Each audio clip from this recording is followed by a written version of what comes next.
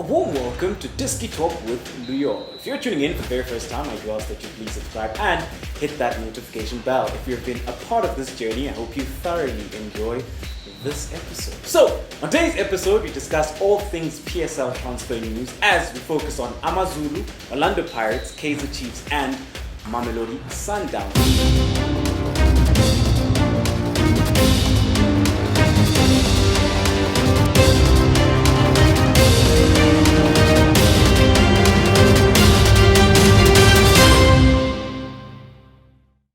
However, before we head into the episode, I'm joined by three amazing guests here, and I'd like to introduce my guests. So, to the left of me, I've got Dampo. How you, dog? Good and you? Good. Street credit's up. Hey, look, I happen to hang around with young people on spaces and they still think I'm their age. So, yeah. After this, my grade may be gone. Yeah, lovely to have you on. And to the right of me, I've got Sis Kumo. How are you doing, Sis Kumo? Njani? Yeah, feel. And then, last but not least, my brother, Dumisani Njani Puti. Sharp. So, those are my guests, guys. And without wasting any time, let's get straight into it. So, the Zungu brothers have made the headlines in the past couple of days for all sorts of reasons. You know, one labeling another team's players rejects, and then we've also seen that they've been busy in the transfer market as well. However, the question then that I'll swing to you, Tampo, you can get us started with the proceedings, is what do you make of the direction Amazulu are taking underneath the Zungu brothers' ownership? I think, and it's almost like the statement that they made when they arrived. A statement of intent that says, we want to be, they were not happy with where the team ended last season, or they were not happy with the gap between them at second place and Sundowns. And the chairman or the president of the club came and said, we want to close that gap. And not only that, but we want to compete for the league. Once you make those statements, you better be able to back it with resources that you have. Mm-hmm. And they still said they also want to be able to compete in Africa. And they've taken the Champions League very seriously, whereby they've now qualified for the group stages. Mm-hmm. So the transfers window now become critical because now your squad needs to be able to carry both the PSL, you've got the Nedbank Cup that's coming, and you've got the Champions League. And you don't want to be the whipping boys of either of those competitions that are coming. So with where they're taking it, it's very interesting because it now says to what is our top three in South Africa, you've got another competitor that's able to fight and be able to put resources into it, and it makes the league very interesting. Sis Kumo, agree or disagree? I agree. Amazulu, they bring a different element to it all, And I think it's been said on space before. It's no longer a case of we're here just because we've got the muscle, but we're here to compete. And we're here to actually try to go against Mamelodi Sundowns. So it's going to be a very interesting thing to see. Yeah, very interesting. Dumisan Pudwam, do you think that they can take Amazulu to the next level and get them to a place where they're able to compete? Yeah, obviously, I think already, since last season, if you check Amazulu from seasons before, and then when the Zungu, era came in, it's a huge improvement. There's a huge, you can see there's quality, there's resources being pumped in, there's players that are coming in. But last season they did well, but this season I feel like there's a bit of struggle. That's how I see it. I think also it's an issue of CAF, that they need to be out of the country, come back and compete, out of the country, come back and compete. And then I think it's going to be much more problems when there's Nedbank, PSL and stuff like that. And I feel like, the squad age is a bit old. So they need to work hard and need to kind of bring it down, recruit young players. You can't move forward with only recruiting old players and stuff like that. They have a good coach. I think who can groom players, who can mentor players. I think they should just recruit young age. Let me ask this. Yeah. Then are you saying what Babzungu said? Because what they, and I'll leave the quoting verbatim. They said the players that Chiefs gave them, they felt, after analyzing, they didn't then fit what they were doing. Because 9 out of 10, most of the players that are coming from Chiefs are 30 and above. So they would have then made that assessment to say, you are now 30 and above, but we're trying to find a fresher, newer way and be able to do that. And now with this type of ownership that's coming, it's now changing the dynamics, because in the olden days, Amazulu was never seen as a team that would be able to compete. It's like if you're given a player, there you go. But now they've said, we don't just want to be in the Champions League, we want to compete. We don't just want to finish 8th to be in the top 8 in the PSL, we want to compete against champions. We don't just want to be in the net bank to add numbers, we want to So with that, then it means that the players that you need to get need to be assessed, need to be looked at, and with the coach that you have, because you've already made a statement, you've already got a coach that's making a statement, and now you're saying the players that I get need to be a certain caliber. It's not just anybody now who gets to play for Amazulu.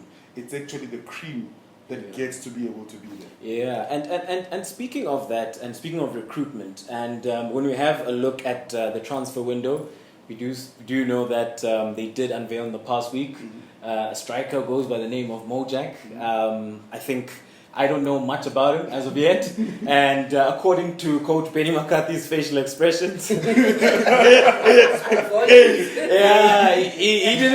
didn't look too happy. He didn't look too happy. But another player then that they have managed to sign is Abubakar Mupara, which is a player then I think will put a smile on Coach Benny's face. So Skumo, tell me, what do you then make of those two players coming in? Yes, I do understand that with Mojak, we don't know much about him. But looking then at the window, do you think that Abubakar Mupara was a good signing for Amazulu? I think, we can only tell Masakar. Because we've had players where there's a hype with a certain player, and then Umuntu comes in and the person doesn't fit in with that structure. And so, is it a good signing? Is it a bad signing? We won't know until he's actually on the field and he's competing and he's actually playing with these boys to see is there some form of unity, and that's what I think basically. It is quite interesting, but if there's one thing that I like about the Abubakar Mupara signing is that it is one of Coach Benny's players who he coached at Cape Town City, and we do know then that with the comments that he had made in recent times that he's not happy with the squad. We know that he's not happy with his squad. So the nice thing then is to see that at least he was able to sign one of his former players, a player who has worked with him, and a player that he could then integrate into the squad. He also comes from Pirates, which was a continental team. Because in the team that was going into the continent, Mubarak comes from there. So if you look at those two boxes, that's a player that Benny knows very well, having worked with him at Cape Town City. But it's also a player that knows what it's like to go into the continent.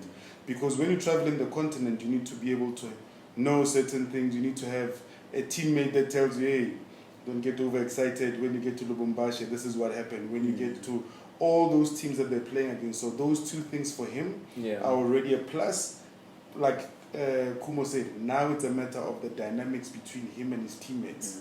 Is that synergy there, and are they able to work there and be able to move forward? Yeah, definitely. Putwam, do you echo the same sentiments, or do you feel like Mubara?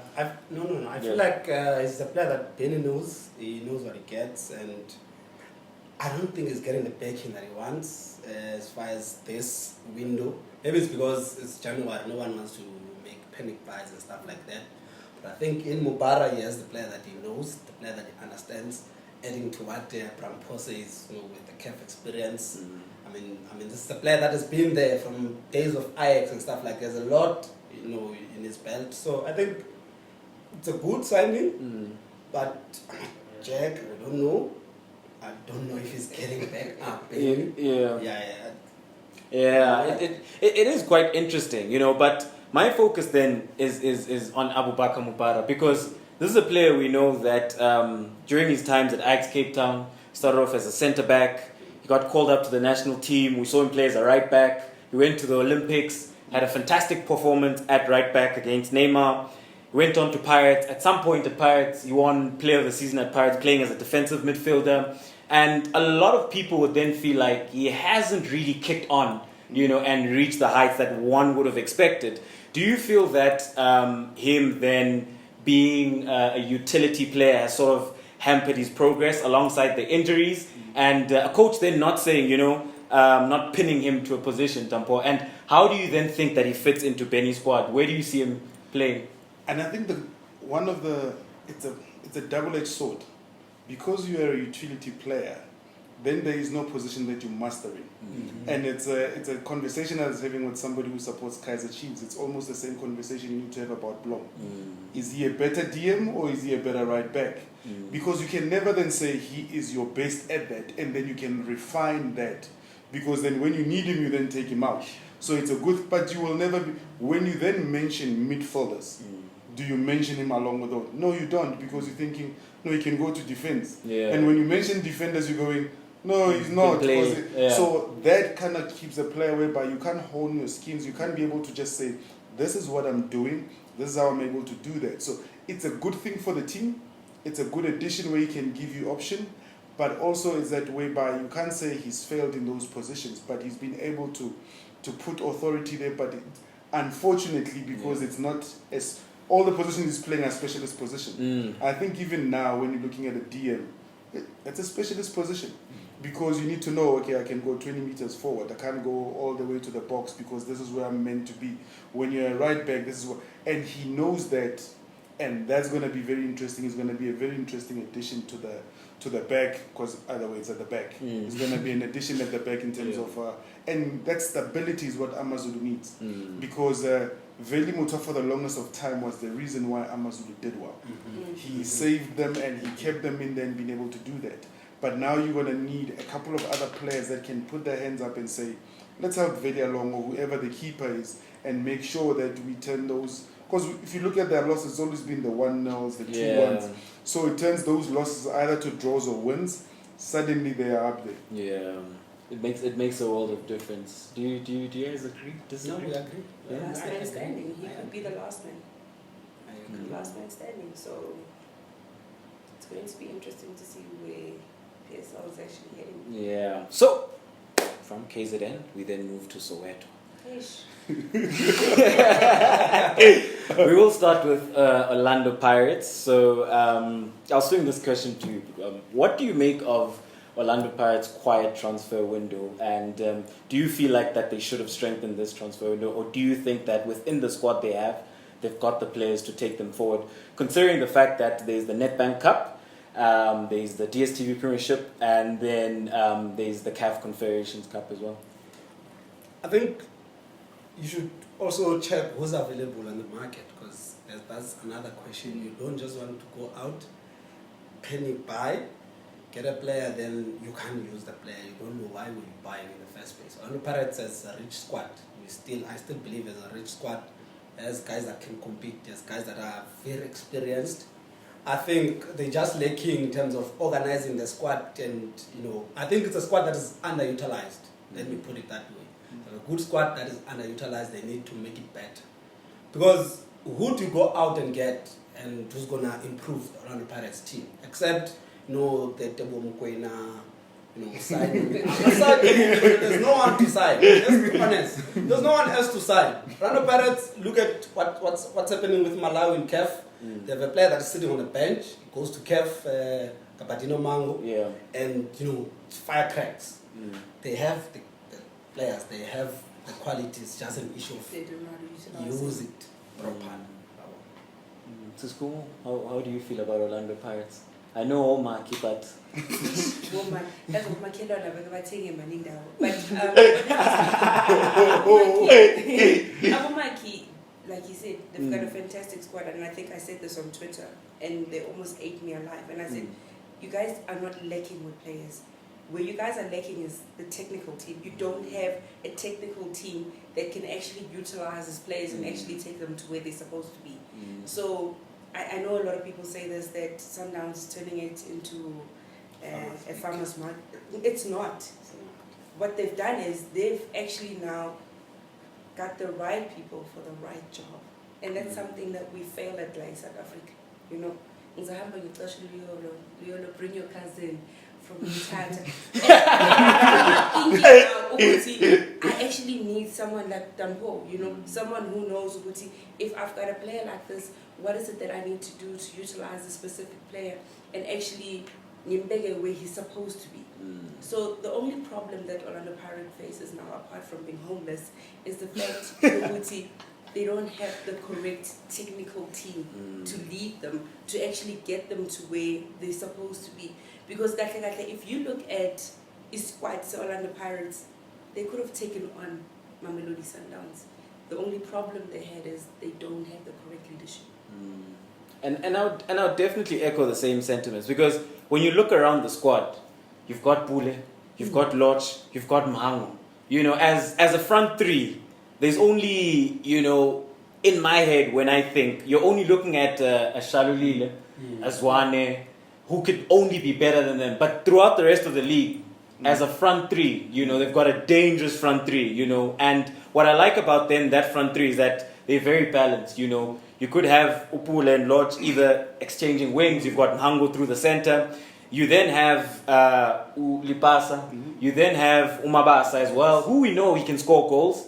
Who's coming up from you got Radio Pane. You have a look at the midfield. And you brought up a pertinent point about how you don't then want to just go out and sign players and not know how to use them. And in recent times, I've just felt that Orlando Pirates is stockpile, Nje. They stockpile on midfielders. There's so many players, and in my opinion, I think that within the squad, they have quality and they've got good players. It's just about how then do we use these players going forward, and how then are we able to create a structure and a system and a game model which would then predicate for Orlando Pirates to get to that point where they're able then to start winning consistently. So, and Dampo, what do you then make of Orlando Pirates, the squad, versus the technical team they have, and what's the answer going forward? I think the worst thing that happened for Pirates was the break. Because if you look at the break, even their striker, Pepra, was starting to score. And he scored 2 games in a row. Looking at the back, and Ndao was starting to solidify himself as that centre-back that can be able to do that. The one place that I expected Pirates to go, if they could pray for a miracle of a goalkeeper. Because that's the one position whereby they've always had that. I mean, when Ofori came, he came with a solid CV. And you thought, he's going to be. And when Sunderland came as well, they'll all come when they're solid, but there's just that thing that, is it at Pirates? They're just not gelling.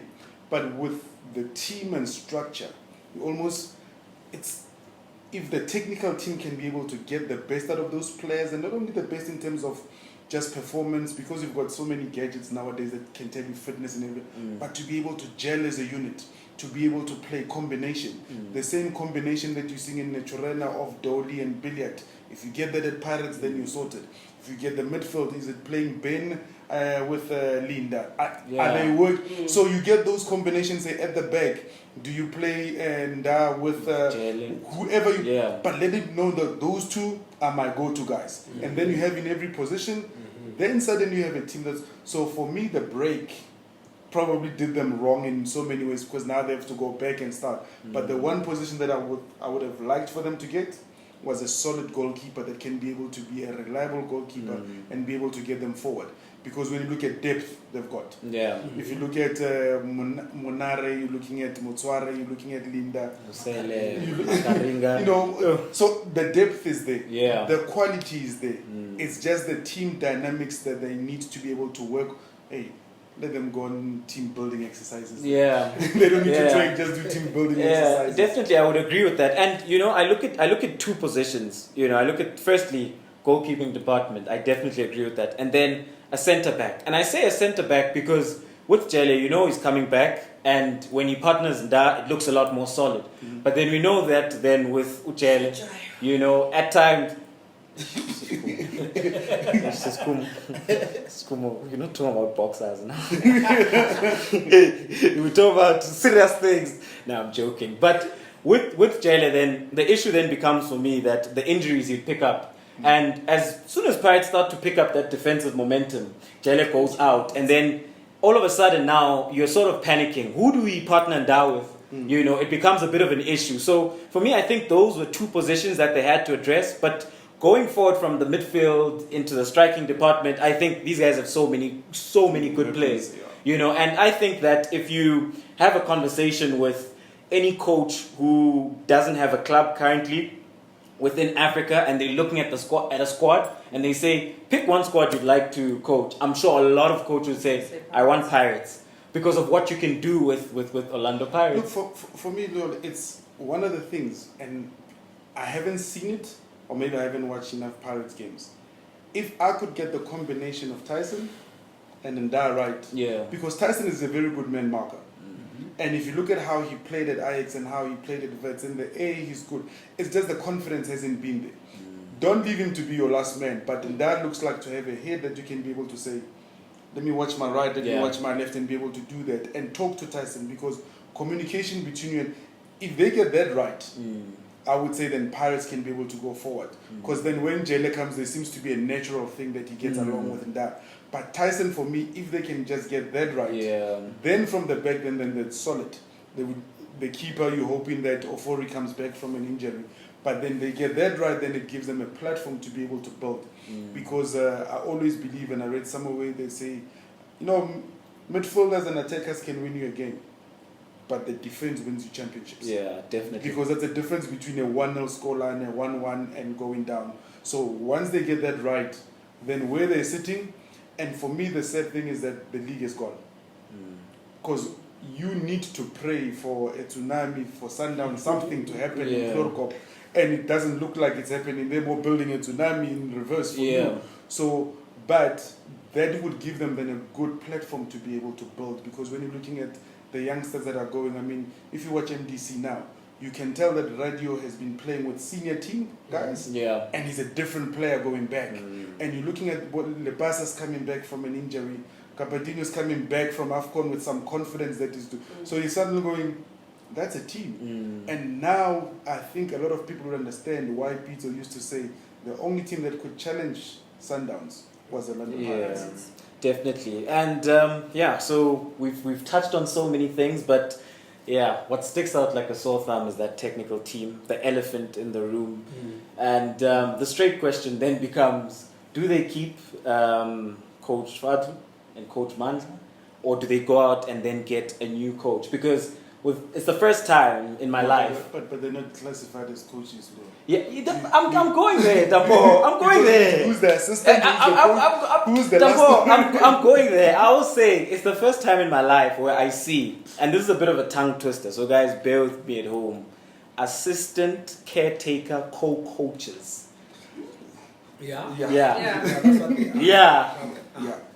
So where to from there? Get a coach. Well, they must get a coach. Pirates should get a coach. Should get. You don't want a team that is more powerful than your technical team. It's going to be a mismatch. It's showing at Orlando Pirates. Mamelodi Sundowns is a perfect example in the rest of the teams in South Africa right now. Maybe Amazulu as well. I think Benny is a player that's able to match up the standard of his team. Mandla Nkazi, Fadlu has been there for a long time. I don't know what's Fadlu doing at Orlando Pirates, really. But Mandla, they should keep, but they should get a coach, a reputable person, someone who can get, can instill some kind of discipline and, when I speak about football discipline, not, off the field. In-field discipline, you can't concede last minute of the game, last minute of the first half, things like that, Get chances. Orlando Pirates misses a lot of chances, bro. A lot of chances, bro. Maybe they must bring the finishing coach again. Because they had a finishing coach. Maybe that as well, but they really need a coach that's going to get things right. Don't you think they should either say, because when you brought Mandla, and I'll tell you what, if you look at what Mandla Niggas was doing at Golden Arrows, the type of football that they were playing, for me, it may not be even going outside of Orlando Pirates. Say Mandla is the coach so that we know that's the final say. Because I hear you may differ, but when I looked at the way that Golden Arrows was playing, the type of football that they were playing, and if you're looking at the tradition of how Orlando Pirates wants to play, then you then say he's the man. But if you don't give him the title to be able to say it's his head on the block and he's the final decision maker, then you're gonna have English leaves me. The co-coach But listen, with Pirates is a big team. You want the type and the results. I think Mandla can give Pirates the type, like I think Roland also gave Pirates. But Tinker also did that. Yeah, but the results what you want as well. I think that's where the issue is. And I feel like that's what made Pirates to keep this guy, the one that they fired. They kept him for a long time, if you remember, because he won them the MTN 8 and stuff like that. Zimbabwe. Yeah. Zimbabwe. Because I think they thought they're getting the results. No, though they're not getting the type, but you need a mixture of the two, bro. But let me put it this way, and this is me putting up a case for Damandla. Damandla, when he watches this, I would like royalties. Because when you look at it, the problem with the Pirates team is the following. If you're an external coach, how long is it going to take you before you get to know your players? It's going to take you 3 months minimum. Because you need to know, if I put Ben here, this is what Ben gives me. If I put Monare here, this is what he gives me. Mantla already knows that. He's been around local football long enough for him to be able to know, this is what I can be able to get. And then the socio factors of the game. He knows our South African players. He knows what the temptations are. Now let's say you bring Jurgen Klopp to Pirates. Before he learns those things, there's a Springbok there at Klorkope. But we said the league is gone. The league is gone already. So are you saying they must get him now? Up, So yeah. so are you saying the PSL must now have a pre-season because the league is gone? There's one thing I just asked. Guard of honor for Pirates by certain team in Soweto. You're not going to get it. Bless alone. So that for me, those issues, it's a small issue whereby how long is the coach going to take to know Pirates? Because with the depth and the quality and the quantity of players, by the time you get to know them, the season's gone. I somehow agree with him. Utamandla, for me, when they brought him on, we all thought it was okay, he's going to get the position.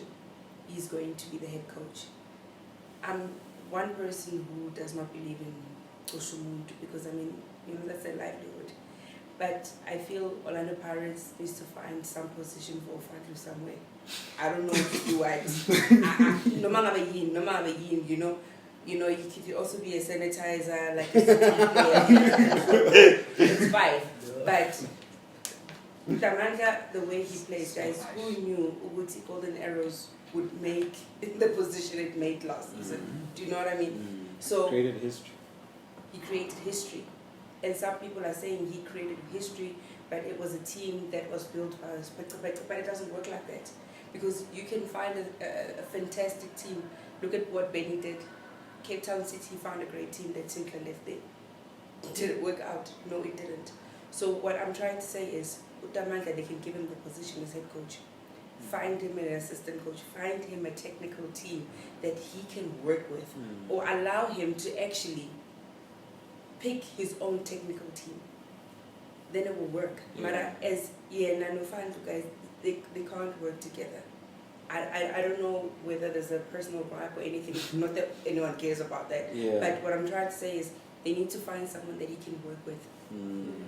And the biggest thing for me is that if you leave things as they are and you don't express as the management as to who's in charge and who's not in charge, it sends out a message.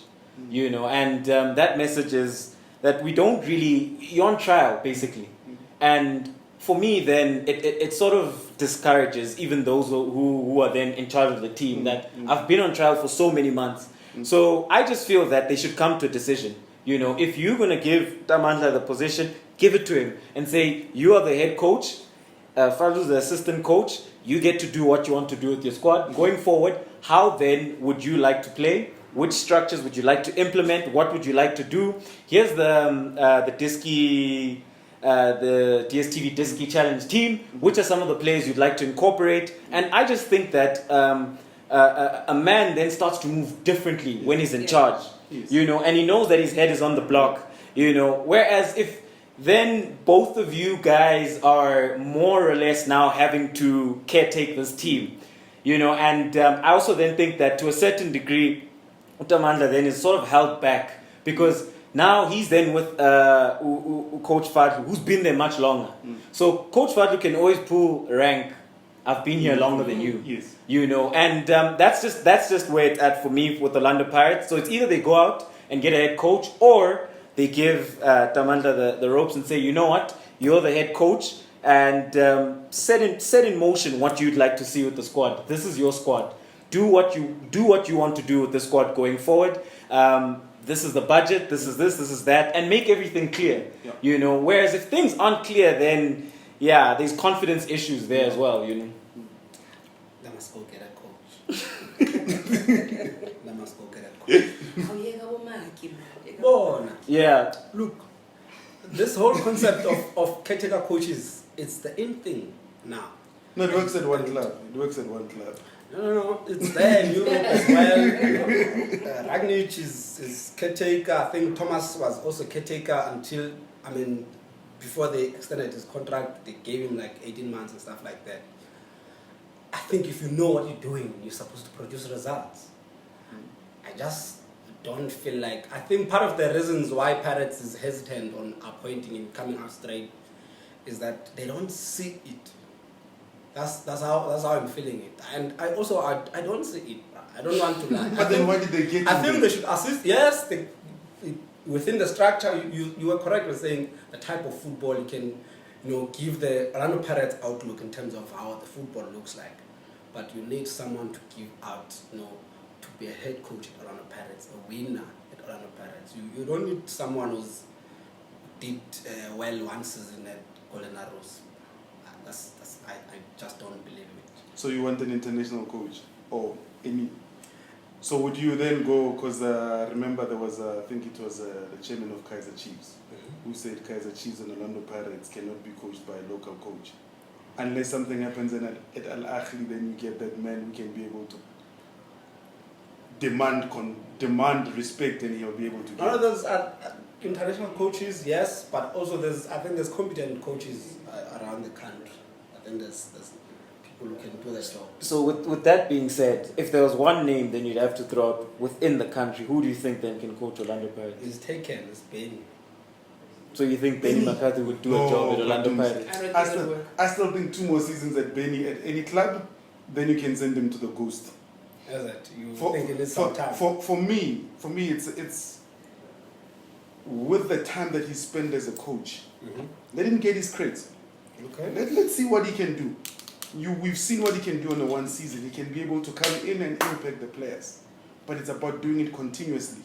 The reason why we say the league is turning into a farmers' league is because Sundowns have continuously done what they're doing.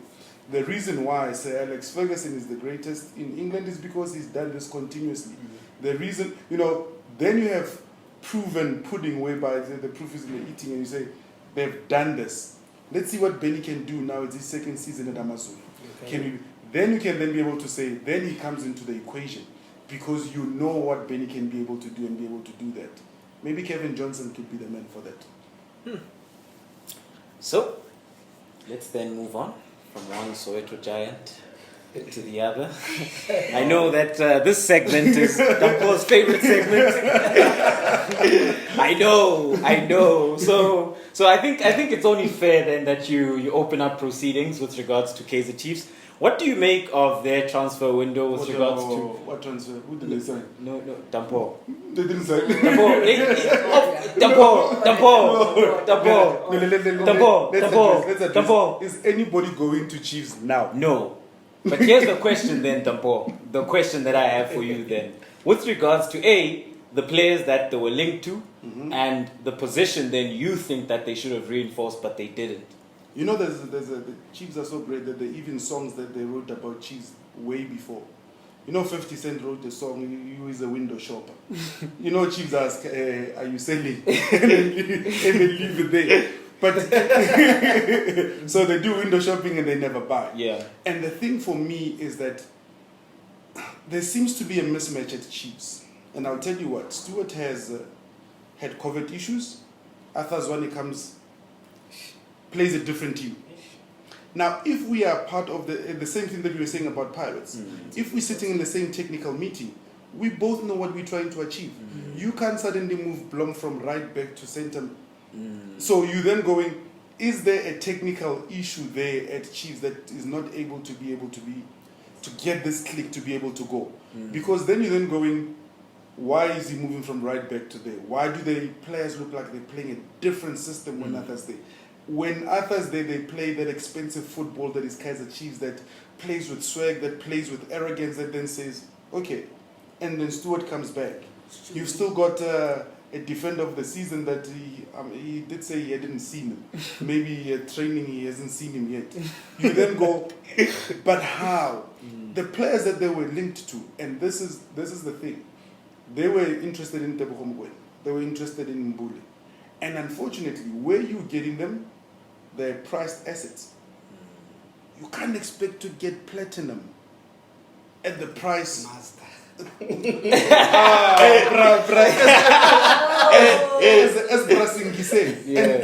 And unfortunately, now you're standing whereby that glory that was Kaizer Chiefs, that swag that was Kaizer Chiefs, now you've got other teams who've got the buying power that are going, that's my Rolls Royce, but you're coming with the price of a Mazda. You now have, you're giving us your rejects because you don't want them and we don't want them either. Yeah. So you kind of going, Chiefs needs to make a statement that says we are Kaizer Chiefs.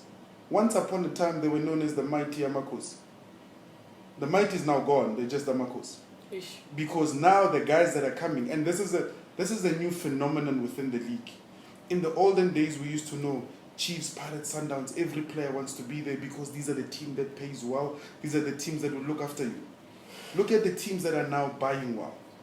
Look at the ownership that's coming into the PSL. You look at Swallows has got new ownership that's able to say, we will pay you, and that's why they were able to come from NFD and into the top 8. Yes, they're battling now, but they're trying to do that, to make sure that they are able to do that. You look at the then Bloemfontein Celtics to now Royal AM, the ownership can be able to say, we will pay you well to be able to stay with us. And you look at Amazulu, it's a story where the chairman has said, we want to compete. We can be able to pay you well. So paying people well is no longer your strongest point. If you're going to go on history and say that I want you to, because we are a glorious team, you haven't won any trophy in the last 7 years, so everybody then wants to go north of the XK because you don't have that thing. You need to pop out money and be able to say, Tebogo Mokoena, okay, now he's gone. You needed to say, Tebogo Mokoena, we believe you're the missing cog in our machine. Here's the money, let's back our team and be able to go. And they're not doing that. Maybe it's because they're believing in their development, but that's going to take another 2 to 3 seasons before those youngsters that they've just started with in the Demolifi come to the top. So we can safely say it will be 10 years before Chiefs win the league. Yeah, fine. Even if when they come to the top, is Stewie going to pay them? No. That's the because I'm a fan, and he's got many problems. Look, beginning of the season, Chiefs brought in 9 players. I understand why they're not buying now, but I was surprised when I heard that Chiefs wanted to, there were, formal talks between the Chiefs and Debs as the representatives, because there was a case of Thabo Cele in Kaizer Chiefs that he remained in South Africa. He wanted to play for Kaizer Chiefs. He plays exactly in that position. Stood backs after 1 game or 2 games, came out, said we don't want to sign anyone.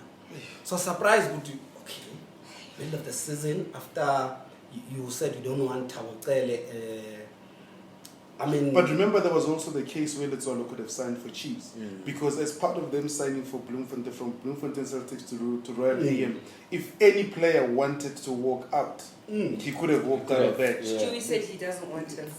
He said that. The coach came out said it doesn't think money can buy performance and stuff like that. He said checkbook is not an option. Yes, that's what he said. I was very surprised when I heard that Chiefs is interested, and we know our team has no record of competing with Sundowns and the transfer market and winning. In fact, Mamelodi Sundowns, by the way, there's people who are busy accusing SuperSport saying it's a development. Mamelodi Sundowns buys players from Kaizer Chiefs and Orlando Pirates. So we are all development of Mamelodi Sundowns. SuperSport, George Maluleke, George Lebisi, Punch Masinamela, Kanameya. If you go back, you'll find a crop. Kule almost went to Mamelodi Sundowns. Baloi, Mamelodi Sundowns. Rowan Fernandez almost went to Sundowns. Yeah, if we can go to other Pirates, count on the Pirates players that went to Mamelodi Sundowns. The best player now used to play for Pirates. You realize who's the development. And you see why Mamelodi Sundowns is far ahead. I mean, that's why I need to issue. There's a huge issue at Kaizer Chiefs. Brampo, the whole thing that you said about Arthur Zwane and the coach Stuart, that Arthur plays this team this way and Stuart plays this team this way. It's actually shocking me because I was not paying attention to it. But now that you bring it up, it makes sense. Nobo will play very well. Blom will play very well with confidence. The young boys. What position?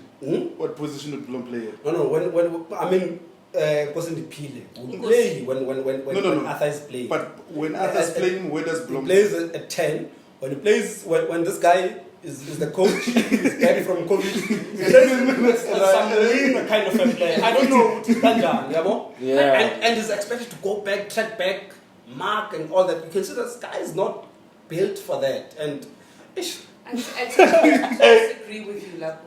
Uplom for me, I would rather have Uplom as a 2. No, he was talking about Nkosi. Nkosi, I can't Nkosi. Nkosi is a creative player, and Stuart said he doesn't want creative players. So Ustu guys, Nkosi we bench. I can. But here's what I'll ask Leo, and I've said this. You see, the one thing when you look at Klurkop and why Klurkop is like that, and we'll get to their transfer now. Yeah. When you've got a system that's working, you're now buying players to plug in, or you're thinking for the season coming up in terms of the CAF, the depth, and every other thing. But what is the Chiefs' way that this technical team is playing? Then you can be able to say, here am I. You know, even no matter where you sleep, you know that the right backs of Sundowns are the following guys. It's Morena, it's Mudau, and Grant can be able to go there. Those are your wing backs. Yeah. Your midfielders, we can have a whole team of midfielders at Sundowns, but you know who they are. That those clear lines are needed. The Chiefs to be able to say, Uplom, is he a right back? Yes.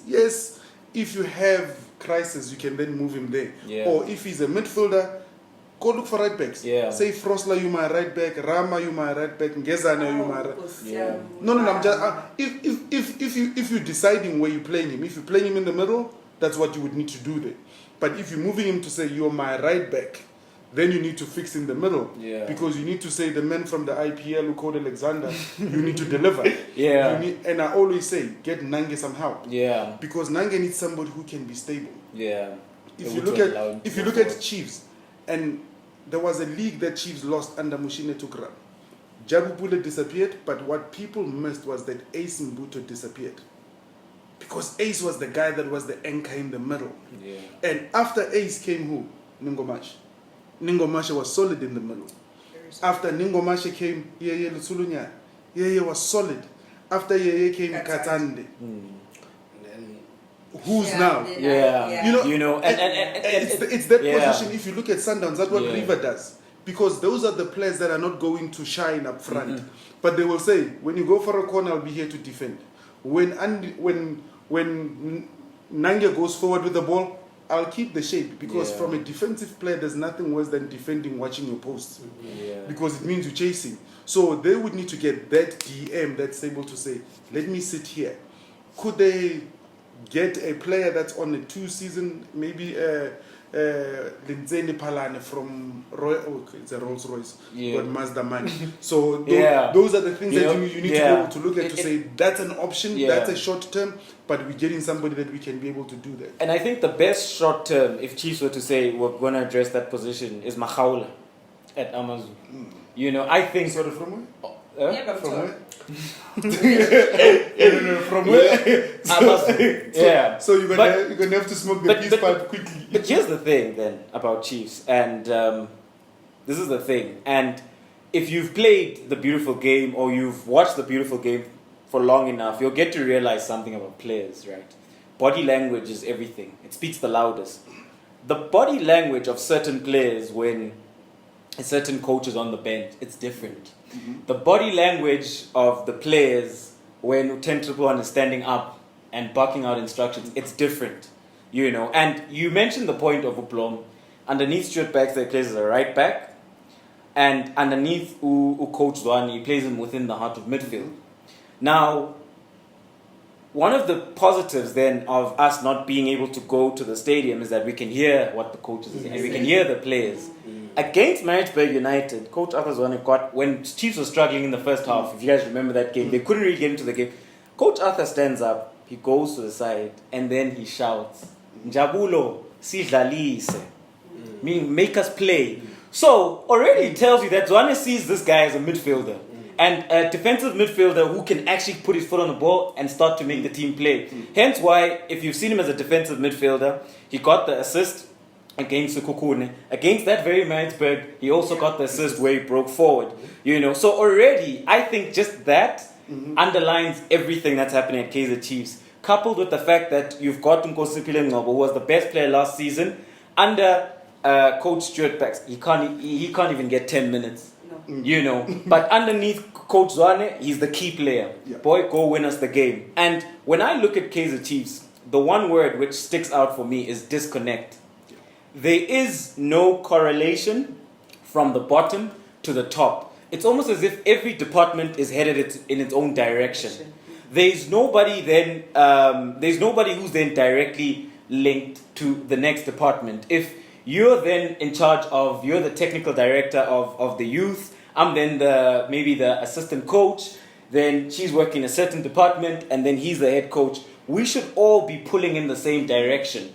I say that because if you have a look at the types of coaches Kaizer Chiefs have brought through in the past couple of seasons, you're looking at Middendorp, you look at Gavin Hunt, you look at Stuart Baxter, that has no correlation to the type of talent they're producing.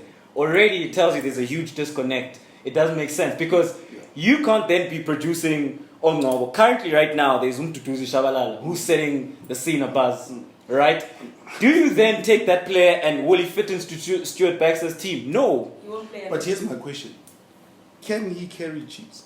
Who? The youngster that was playing in the Phillies games.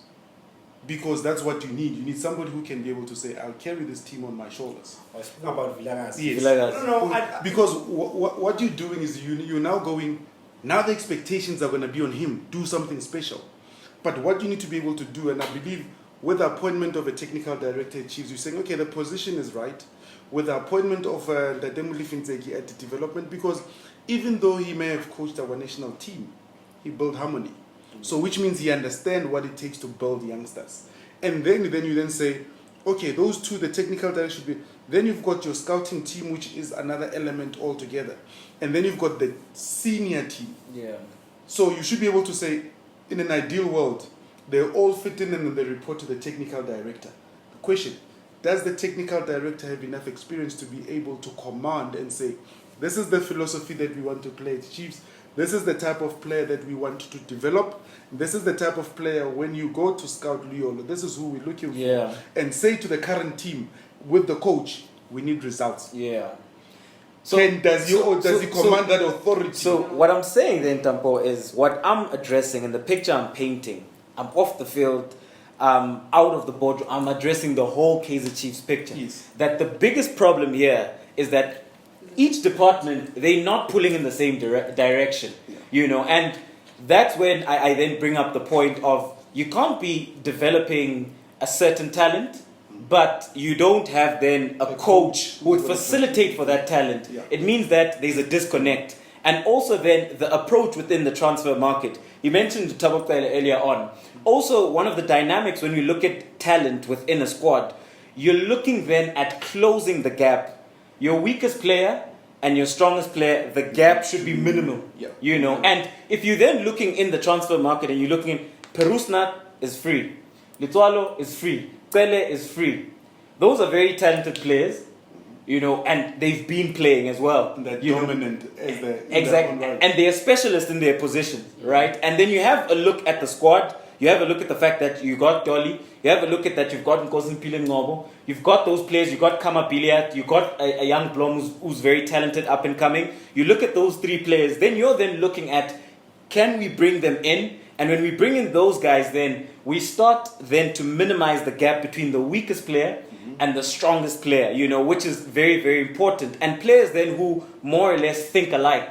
And if you have a look at Chiefs, you mentioned that within the midfield, that's where their biggest problem is. And if you then, Stuart Baxter had gone out and gotten Pele, gotten Perusna, the view is completely different. Because now you've got options. Because now you can even play both of them as a double. You can play one as a defensive midfielder. You've got Nange. You've got somebody who can complement Nange. You've got somebody who can complement Ngobo. And once then, the spine of the team changes. It's a different ball game. You know. So for me, at the end of the day, the issues that have to be addressed at Kaizer Chiefs, I understand that people will point fingers at the coach. I understand that people will point various fingers at players. But the biggest issue then is how the top brass think and how they do things. As a whole. Yeah. But we can point fingers at Stuart. No. I'm not saying that they can't. I know, No. but Yeah. did they not now go and get 2 CPs? Are we playing those 2 CPs? No. We're not. Against Santala, the walls of Jericho. Why? That's why I'm then saying that who then went and we can point fingers at Stuart Baxter, rightfully so. Also, Tagasa, But now this is what I say then. You look at then the types of coaches they've brought in before. They brought in Gavin, they brought in Middendorp. Gavin was never gonna work. You know, and then now it's Stuart Baxter. Can you more or less see that Born as the management, they have an idea of a coach that they would like, because these coaches are very similar.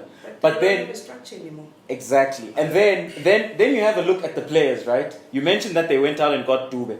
They went out and got Uno. Now here's my question. Mabilis as well. Here's my question. Does Baxter believe in playing out the back? No, he doesn't. But they went and got players who know how to play out the back. So then that's why I say if the management, then there's always a clash everywhere. If you look across the Chiefs board, there's always a clash. That's why I'm then saying that if they went and got a coach who is more or less in alignment with the squad, then it's a no-brainer that I have to start and I have to start with Utu. No, the problem, I think the guys at the top, there's issues around we need to win a cup, we need to win something. I think that's one thing. I understand where they're coming from as far as the coaches they're bringing in. Bring Hunt, you're thinking quick fix. Bringing Stuart, you're thinking quick fix.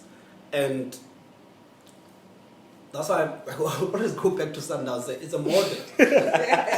Don't do quick fix. No. I mean, you can't jump and want to win. And we brought you go back to Mamelodi Sundowns. Oh, okay. As an example. I just needed that. You can't bring in. We brought in 9 players. Kaizer Chiefs brought in 9 players. Yes, free, some undisclosed stuff like that. Yeah. But you look at the. In fact, if you can go to seasons before, the signings that Chiefs made is players that are age 27, 28, 29, 80. Looking at quick fix, experience. Can this guy, can you combine a team that can win something? They're not willing to bring in the new guys, have a structure like you said. They don't want to have the spine. They don't want to have the spine that is needed at Kaizer Chiefs. And you bring in the young guys. You can't bring in the young guys to start the team. To carry the team. You can't do that. You want to bring them into a structure that already exists. There's this old guy here, experienced guy, is willing to say, Asam and one. Let me show you how this thing is done. Yeah. And then it's able to leave you. Supersport United, check how they do things. Before they let Dean Femen leave, they'd already prepared tapes. And if you can go to seasons and seasons before, in that middle of the park, Supersport has been doing that before. They prepare a player, they know now we can let this one leave. Prepare a player, now we can let this one leave. But now Chiefs wants quick fix, no money, no direction in your signings. No, but can we debate? This is Kaizer Chiefs. We can say they don't have money. But also going back to what Leo was saying, when you say Coach Arthur looks at Slalis, when we were growing up, we knew because that's how Chiefs play. Play the ball on the ground, keep the ball on the ground. The philosophy, because if the top brass do not say this is our philosophy, if you again go to the cream of South African football, they say that the Brazilians, because they play Brazil, and that philosophy at Sundowns has stayed for how long? It's been whereby this is our philosophy. If you come in, we play like the Brazilians, the Johanneskins, put the ball on the ground, the Dutch way of, but it's about play this way. Does Chiefs have a philosophy that they say, this is how we play? Then you will be able to say, if this is our philosophy, we can't get Kevin Hunt. Because he doesn't fit into our philosophy. You can't get Stewie. And you know, the quick fix that the management wants. And you know, this is the thing, nah? And if the gap that Sundowns had created wasn't as big and you want quick fix. I disagree with quick fix, but I can comprehend. But you look at the gap, even if you were to get a coach who can win you the best titles, and Chiefs went and they signed, even if they went and they signed Tebza, they signed Bude, they signed Dolly, all these players, I still believe that the next season they wouldn't win the league. Because it's a process, it's a methodology. It's a marathon. Do you understand? And I tell people that even if Pirates and Chiefs can decide that, you know what, we're changing our model, we're going to go out and sign players. They could bring players from Europe. But next season, it's going to Sundowns. Maybe that other season, then they can start competing because it takes time. And at the end of the day, the most important thing in any organization, you know, we can talk about the workers, we can talk about everything. But if there's no high recognition value, it means that there's no direction. You know, and it's as simple as that. And what does high recognition value give you? It gives you the idea, the picture in your head. When you go to bed at night, I know that if I play in a certain position, this is how I move. We know the philosophy. We know everything. It's intrinsic. You know, that's why then when players are coming up from the development system, they know what's expected. I know what I have to do in a certain position. You've groomed players to play in a certain way for so many years, for 5-6 years, them playing in the development system. As soon as they get, it's different now. Yeah. And that's where the disconnect is. So the biggest thing for me is that there is no high recognition value, and you can't then expect them to be dominant. You can't expect to go out and win things if there's no high recognition value. And this is not just about football. This is life, this is business, this is everything. There needs to be a clear set way of doing things. So much so that even when you're off the field, I can see it. You know, as I sit right now, I can see how Sundowns are moving. I can see how they overload the half spaces. I can see how Murena's going, Lake is going. You understand? I can see these things. But now, you mentioned that Coach Stuart Baxter's coming back. It's different. So, let me put it this way. Yeah. If you look at teams, and let's go global, Liverpool built a whole new structure so that their development could be next to their senior team because they were so far apart. And they made that investment to say, we need you to train here because we don't want to buy like your Chelsea. We want to buy 2-3 players and that's what you're able to. But you need that philosophy that we know. The senior team plays this way. The juniors play this way. Or if we're not relying on development, like Sundowns may not be relying on development, then we buy the Neo Miami, because now you're saying, forget the season. Sundowns is building for next season because you're looking at Neo, he's young enough. You're looking at Kapinga, he's young enough. You're looking at Mokwena, he's young enough. You're looking at Grant Kekana can go wing, and you're looking River. As much as River has played for so long, he's still young enough. Yeah. You've got a Bolivian player that's coming to be able to do. You're going next season. They're solid. Yeah. Whereas you battling this season, but there's nothing that gives you the future to be able to say the philosophy will carry us through. And they still have the rook. I ask myself, someone needs to sell the rook. I mean, Mamelodi Sundowns before Pizza, they bought players. It's not a new thing, but they were not dominant. They would win, then Chiefs would come up, and the Pirates would come up until somebody could make sense to the whole thing. Came in and was like, no, this is how we should do it. Slow, and let's not rush things. Right? If Stuart Baxter can leave now at Chiefs, bring in a new guy, I'm telling you, the new guy's going to start afresh. Stuart Baxter left Kaizer Chiefs 2014-15 season. He was playing with one team. Yes, same 11. At the end of the season, Kwamkata, Mashamaite, I can count them. Masa. And then there was literally no team up until today.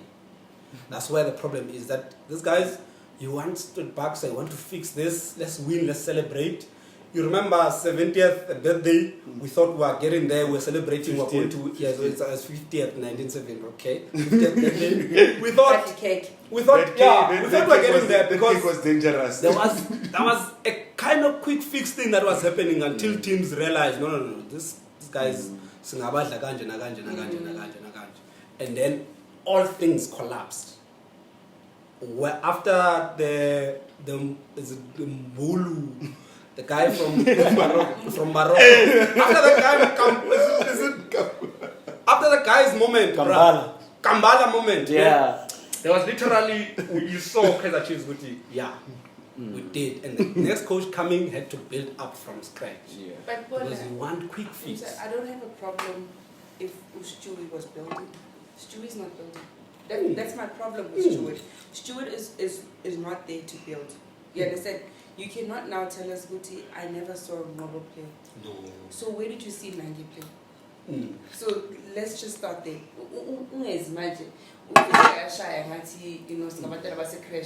You know, so I feel it was okay, fine. I wouldn't have a problem with Kaizer Chiefs where it is right now if we were building. If we were giving an opportunity to play. I wouldn't have a problem with that. I wouldn't have a problem if we were using Mabilus as a left back. I wouldn't have a problem with that. But he's not doing that. Mabilus comes on, makes one mistake, or listen, boy, you made a mistake. Come get a pants. Think about what you just did. And to me, I'm like, but you don't do that to a player. Do you know what I mean? Look at Mashiane. Look where Mashiane is now. Look where Mashiane was last season. You know, it's two different players. And every time I feel the minute Stuart gives him an opportunity, humble that boy.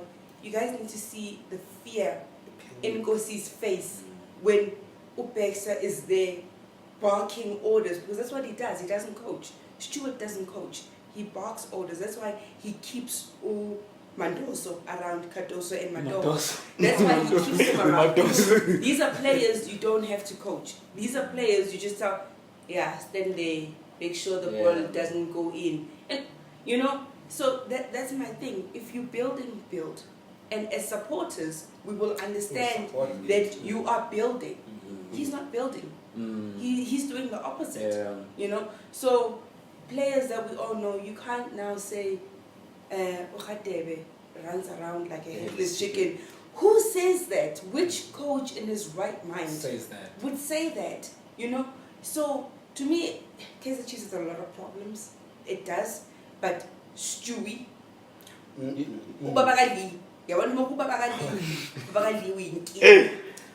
babakali mangekho ngiyabonakala ukuthi cha ibhola likhona lapha ka Kaizer Chiefs. There's still, you know, something there. Because if we don't win this season anything, because now we're left with Nedbank to compete. If we don't win anything,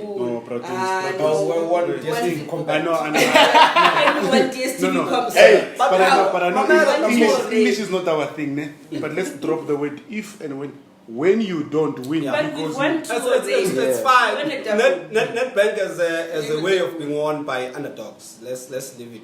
So you're saying Chiefs? It's underdogs. The now. Mighty Kaizer Chiefs underdogs. Correct. But what I'm saying is, hey, Mamelodi Sundowns patronize you. But what I'm saying is,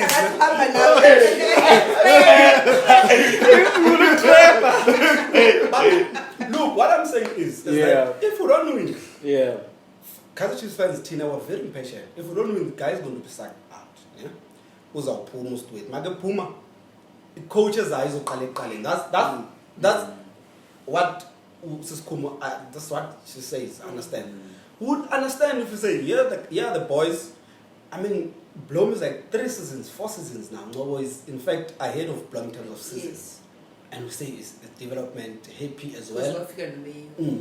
As well, yeah. If we knew that, okay, now here's Kaizer Chiefs. We know, okay, up as a right, up as a right, up as a right, and all that. Now, we need to go and recruit people that are going to support this kind of system. A system that comes from development. That's the only way Kaizer Chiefs is going to do it. Otherwise, you'll get Kambole, Charamandare. It won't work. It don't work, Bram. It won't work. And again, my guy. Again, my guy. You'll get those kind of players, but it won't work. But remember, and here's the thing, and for me, I don't think the scouting teams did a bad job. Because you've got to look at the socio factors. Once they buy you from wherever they get you, you need time to be able to settle. So let's go to, and we'll use Sundowns again. They can afford to have a player who hasn't settled in the team because the system and the philosophy works. But if there's no system and there's no philosophy, and then you play the player in a position that, where was Kambole playing when they scouted him? He was a number 9. When was the last time you saw Kambole play as a number 9? Has he even played as a number 9 at the Chiefs? So now you're playing him out of position, He played but yet and you he expect him scored. to have the results that you're able to do that. Yeah, So you're now saying we signed you as a number 9, but we want to play you as a 7. How does that then work? Yet you expect it, and then you then say he didn't deliver. And even then, we want to play you as a 7 in where there's no system. you understand what I'm saying? Like it's fine if we're gonna move you out of possession, and at least if there's a system, then you more or less understand. Whereas then with other guys who get shifted out, like Uplom, for me at this point, he's purely operating on just he's talented. Yeah. And the fact that there's Coach Arthur, there's players who play for certain coaches. But going back to your point, then it makes it very difficult. Because then a player doesn't quite understand, okay, what am I supposed to be doing? What is happening? And like you've mentioned, there's no patterns of play that we see. The only pattern which we see there is Dolly and Billiard. And that's off the fact that it's off of experience, they play together, but from a systematic standpoint. They play together. Where? Who? Dolly and Billiard? Don't. It's a trap. They played at Ajax. It's a trap. Ajax, Tampo. Oh. You don't remember they were playing at Ajax? Oh, shout. Chiefs is going to fail. Maybe they'll give him another season. Not maybe. But after that, maybe Spurs been Arthur. Never They must give Arthur not to win the league, to build a team. And then you bring a winner once you think there's some kind of direction in what is happening in the team. Yeah. I understand. Give someone to build a team. There's nothing wrong with building a team. Yeah. Right now, Orlando Pirates has a team. Pirates might be struggling, but they have a team. They just need someone to make it work. Yeah. Chiefs, you need someone to build a team, build characters in that team. Let's know that this is Kaizer Chiefs team. This is shot up, and then we bring a coach that's going to win something. Not now. If we make it to top 8, we are happy. Yeah, it's not about good Sophia, good top 3. As long as we get to top 8, we are happy. I hear you. Are the fans patient enough? Because, if there's one thing, the old FNB Stadium can tell you stories. There's 3 teams who have burnt it. Both Chiefs, Pirates, and Sundowns. But there are more stadiums that have been burnt by Chiefs supporters. Are you patient enough to give you explain to fans. Fans need to know the project, bruh. You explain to fans, this is the project, this is what we're working on. There must be a clear message, this is what we're working on. We need patience. There's a project that we like as opposition. No, but Tampo, the problem. Let me tell you. Kaizer Chiefs team and the development of Kaizer Chiefs, we support it. I don't know if you can check. Kaizer Chiefs fans, they support that team. Doesn't mean they win something and stuff, but we support because we can see Kaizer Chiefs in there. Unfortunately, that's the fortunate way. That's what we need. We need to know where we are going. Remember what Mushin built. Mushin, when he won, when it was called Operation Fat Ales, and who was he using? Spring Chicken, players that came from the development with 1 or 2 senior players that were able to do that. And you had all those things whereby Bojabu Pule were coming through, Junior Kanye were coming through. Chiefs, traditionally, contrary to popular belief, Chiefs was never a big buying team. Most of the players that were Chiefs players came within the structure, but they'll buy 1, 2, or 3. I don't remember Chiefs buying 5 players and then they said no. It was always 1 or 2, but they were fitting into, we want a right back. Yeah. This is what we want. We want a left wing. So because the philosophy was there, you knew what you needed. A Ningo Mashe to come in because there's a philosophy that you want him to be there. You then had to go, we needed a Yeye to come in because there was some. Now when you bring anybody, even if you had to bring a Tebo Khomukweni, where are you fitting him into, because you don't have those things that are going on. You're now relying on a combination to be the one who's handling the responsibilities. For me, and even if we can say, the question is, will the fans be patient? I think one thing we have to understand is that it's too late. We have to be patient. There's not, you have to. If you want any form of success, you have to be patient. Because what Sundowns are building that side, it's too late. It's too late. And the same breath then, I've mentioned Sundowns, which then is a great segue into the last segment of this episode. And I know Tampo, He's very happy with his team, and I would too. I would too. What do you guys make of their transfer window? They've brought in Ralani, they've brought in Savreda from Bolivia, and then the big signing, Tebogo Mokoena. What's your thoughts, Siskuma? My team. That team of mine that goes and asks questions, and when they get the answer, they go, "Hi." Window shoppers.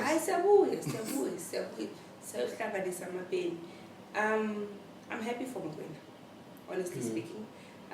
Yes, an overseas move would have been better, but not quite yet. He still needs just a little bit, and then he can go overseas. Guys, everybody said this. We do see Mamelodi Sundowns, unfortunately, winning maybe the next 3, 4, 5 more seasons, because they're structured. They've got depth. Like, I think to so, and our sub expand. That's another thing, our sub, to them, it's a, we need this, Yeah, we understand right now we're training with orange beacons, but we don't like orange beacons. Please bring us. They blind the sight of the players. Bring us unicorn colored beacons. They'll get those. You know what I mean? So it's now a case of what who always says is that you getting owners who are saying, what do you need to bring out the best? So now when you still have Labiana, I know everything, Malini, 15 million, I can go to Africa. 1 million, get 5 players, So that's another thing that I feel, unfortunately, we all used to say, Sundown supporters. I mean, in our group of friends, there's 2 or 3 of them. We can take it. We can take the abuse, We don't want Orlando Pirates to win the league because Barras. Oh, hi guys, it's changed. Yeah. Hey, Barras, our Sundowns. Rightfully so. But I think the guys, Rightfully so. they're doing well. Sundowns is doing well, bruh. And I think Chiefs, Pirates, and other teams are, need to look up to them and try to catch them. And if you want to catch them, look what worked for them. But and stuff like that. can I differ with you? But there's this notion that the question that I want to bring in is that there's the notion that Sundowns is signing players for CAF. Kaizer Chiefs played final CAF last season. Yeah, they flipped it. Yeah. So it gives me it gives me some kind of idea that you can actually CAF is not that difficult.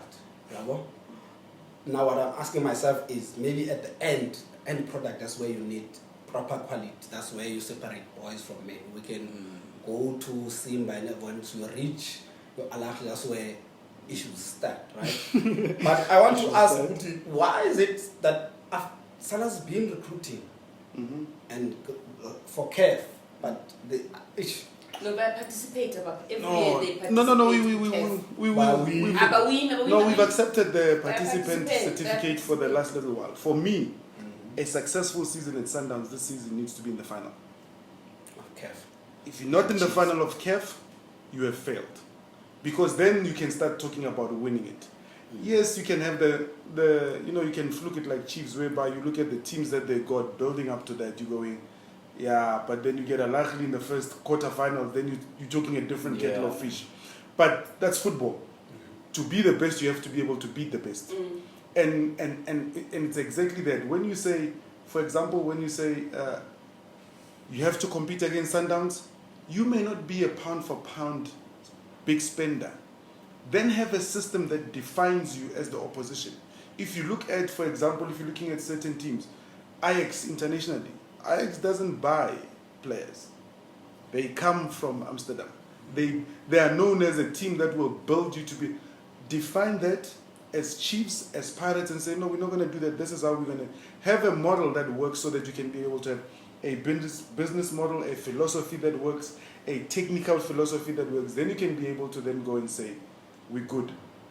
Because when Pito arrived at Sundowns, like you rightfully said, Sundowns used to buy 17 players, Chief. There was a time I almost bought Makai and team because he was the hottest thing at the time. But over time, when Pito then came and he refined this thing, we're now going, but they've only bought 4 players. They didn't, because there is a philosophy, there is a system, then you know where your loopholes are in terms of being able to fix it. And that's what you need to be able to fix. And again, for me, it goes back to the ownership. When I spoke about Bob Zoom, he said he wants to be competing with Sundowns and he wants to be competing in Africa. No, go back. When Dr. Motsepe took over at Sundowns, what did he say? Because once you've said something, you need to back it up. Chiefs, the last utterance from the chairman of Chiefs is, Kev, we don't take it serious. Remember when it was a known thing that Chiefs don't take Kev seriously. Has there ever been a time where they say, we take Kev seriously? Yeah. Last season we... No, you fluked it on the field, but is it, because remember, if I say now, I want to do this, I want to dominate the PSL, and I want to be a participant consistently competing at KEF, that means for me to do that, I need to put resources to be able to do that. And if the leadership doesn't come and say that, as a player, I mean, I can tell you now, if I'm a football player, when you buy me, the people that I would want to motivate me to say, this is the team that you're joining, would be Braque and Dr. Ivan Koza, because they speak history of football. But what do you say of the accusation that guys have sometimes, like you did with Maluleke, and you just buy other players out so that the opposition doesn't get them, and sometimes, I know it happens in all teams. So let me ask you this. Are we saying that the development of South African players is that weak that we only have one player that we buy and then the whole team collapses? No, it's not about that. It's all about Mamelodi Sundowns business, how they do business. Let me Sifiso Ngobeni has been there, like many other players that I can name and say, but they were bought and they're so not let me used. let me use this season. There was a team that didn't show up to games, 2 games. They even wanted 5 games to be postponed. Why? I was speaking about Sundowns. No. I just want to show you some of the things. Do you know when Sundowns walked the league last season, they had COVID cases? That there were times when Zwane could not play. There were times when the late Madisha could not play. There were times when the Serenios could not play. And it was 4 or 5 players at any given time. But because of the depth of the squad, did we see that effect? No, Sundowns just kept carrying on. So Sundowns not overspending, according to you? No. I mean, who's this guy? Alfonso something. Bought Alfonso last year, after the season after you bring in Pavon. Okay, let me ask you, and then I'll take you back. We bought Alfonso, Moses Mabida, 2 headers. Who won us the Telkom Cup? 1 season, and the next season is gone. That's what I'm asking. But remember, how many injuries did Alfonso have? Okay. So when he's now injured, but when he comes, he now wins you the Telkom Cup. 2 headers, Moses Mabida, we celebrate. Something that Chiefs hasn't done in a while. Compact Cup. He doesn't play. That's what I'm saying. Is so it not overspending? And I think on players like Omanyisa, Olibis, and other players that you bought. So here's my thing. When you are Sundowns, because you've got a system that works, you can afford those mistakes. Whereby a player comes and it doesn't work. For example, when Maluleke was bought, was the notion that he's going to be the replacement to who's just left Sundowns? The most successful skipper in South African football in From Pokekan. But unfortunately, when George is supposed to play, and this is what is a general thing in South Africa, we don't communicate well enough. We don't communicate what's happening within the team, who's doing that. George has these niggling injuries that have happened. But because the teams don't go and then say, no, he's injured, then we don't know. And then people think, no, they just bought him for that. If you watch George, those niggling injuries have actually cost him a starting berth. For me, here's the midfielder that I would love to see. Jali and George playing together. And then you take that, and then in front of them you put the Mukwena. May the Lord have mercy on you, Kaizer Chiefs. Because, and Murphy's Law, they're not available. I can give you now having them coulisses that are coming because those are the future. You've got the king of small spaces, Lesedi Kapinga. You're now having players that are coming into a system that says, I've got professionals that can be able, what you were saying about seasoned pro being next to you and being able to help you carry. But when you're doing well, you can afford a George Lebison coming and not settling. You can afford some players who are able to do that. I feel like they were just bought to sabotage No, the opposite no. team. I mean, when they bought So Manyesa. Okay, no, you- but you- Mandisa was no longer the cog of Pirates at the time. You know, Nap, this is the thing. I personally, especially when it comes to the George issue, and a lot of people talk about the George issue, he was bought. I don't honestly believe that, especially if you go back and you look at, if you followed Coach Pito has always been an admirer of George. Yeah. And he's always wanted George Maluleke. From 2016, 2017, if I'm not mistaken. You can run it back At to that. Supersport. You can run it back to that time. That he's always been an admirer of him. And at the end of the day, I personally don't see anything that Mamelodi Sundowns are doing wrong with regards to buying players. I think they're operating in a way that any big team with money would. And at the end of the day, it's all about having the squad depth. You don't just want one player who's a specialist in a position, but you'd like to have two quality players in each and every single position. So at the end of the day, they've got the money, they can go out and sign those players. And when you also have a look at the amount of competitions they're involved in, and you look at the system as well, sometimes you'll feel like, yes, you didn't need him because you already had a certain player. Well, that's what happens when you've built a system, because within a system, you need certain players who can operate within that system. So sometimes certain players might be similar, but it's for that squad depth. So that when you take out Umayem and you bring in Kapinga, there's no difference. You know. Should Tambazwane be injured? Does that mean Sundown system has collapsed? Obviously, there's Should depth. Dolly be injured? How's your system doing? Shade. Yeah, I know. Because it's those things that you then say, you've got a squad that's big enough.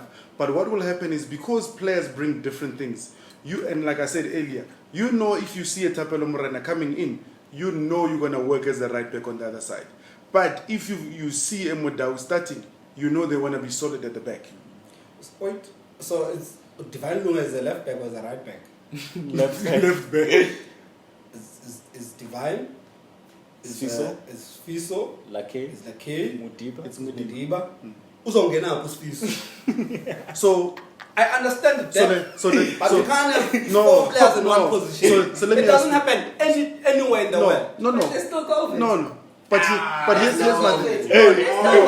Let's just buy them. No, Let Palace not get them. We don't have money. Let's just get this player, put him here. And agents sell out their players like, okay, go there because there's stacks of money coming. No, but other than that, in the past, I would believe the agents would have influenced and been able to say this is what they got.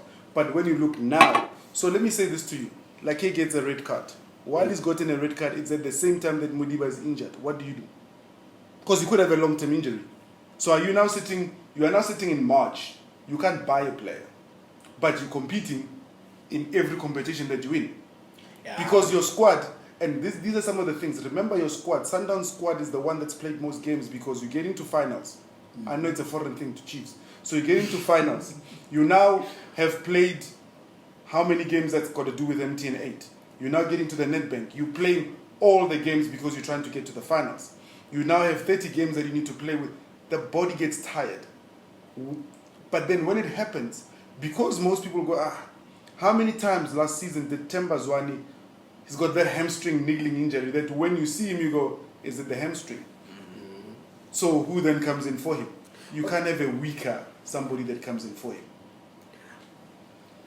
I understand the depth part. What I don't understand. When George was brought in, there was Mabunda as well. Mm-hmm. There was I think Kekana and I think Kote was there as well. Yeah. They had like three or four options. But then Maluleke. Yeah. You ask yourself, But Mabunda is now retired. Yeah, just retired. No, but it was you see when you have a coach and you have how many remember goalkeepers? Like 5 goalkeepers. Remember when you're talking about philosophy and knowing it. Mhm. If you know Mabunda is not going to play, you know that Kekana is not going to be your number one guy. So how are those options now looking for you? But Because let's go back to George, they bought him at age of 32. But 31, remember when 32. you were saying sometimes you need to be able to say you need an experienced campaigner more than you need a fresher legs. For example, if you look at where the position that Trump was so critical, you needed somebody who's going to be able to get in there and be able to play and has got that way he can be able to say, I can carry a team. And we know that George can carry a team. So let me take the Bolivian guy that comes in. I'm not expecting him to come in and fly. But you can afford to allow him to settle because you're not expecting him to be the one that carries the system. But he needs to still learn his teammates.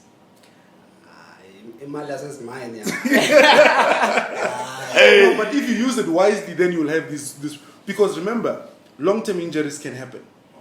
All the 4 left back that you mentioned, red card, long-term injury, COVID. You're now left with 1. Easy. But the guy who's the 4th option is not gonna play. No. But here's the thing: those if you who look at Sundowns, sorry, if you look at Sundowns there and you look at the second stream, third stream players, and when they're given an opportunity to actually play, you would swear with their first stream players Because they find a compete. No. If you look at Mamelodi Sundowns, it plays similarly to Brazil. If you look at Brazil, no one's position is cemented. Like, we have to Alif Aljaria home. Do you know what I mean? And if you look at these boys, maybe that's that thing to say, I want to be on the starting line.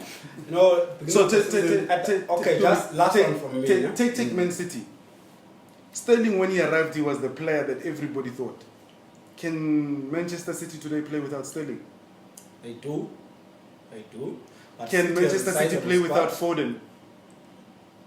They do. And they can play at the same time without both of them and still be able to play.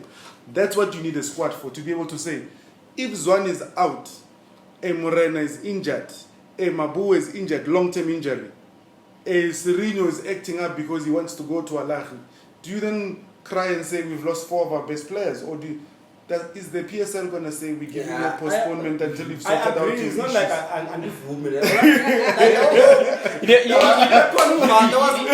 Father was the hot guy. Yeah. He's a national team player. Yeah. And then you bring in Debza, and Charlie's a hot guy, and you have Mudiba also plays in that middle, Yeah. and you have Kotze. But I'm a superstars in pair. We understand. And there's 5 guys here. I feel like sometimes, and there's George. Not like George, there's George.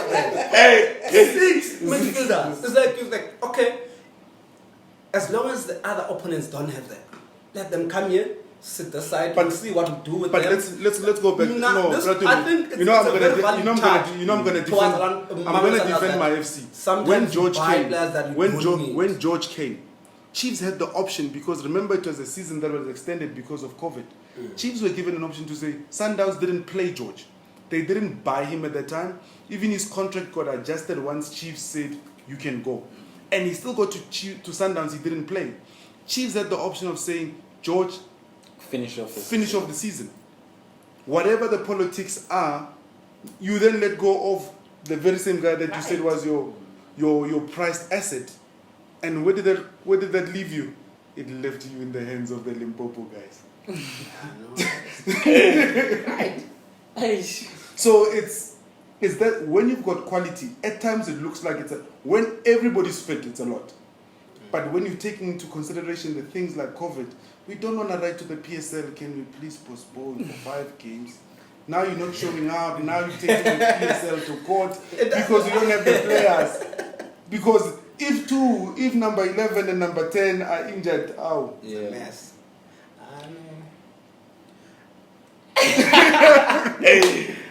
But anyway, ladies and gentlemen, I thoroughly enjoyed this episode. It's been a while since I last laughed like this.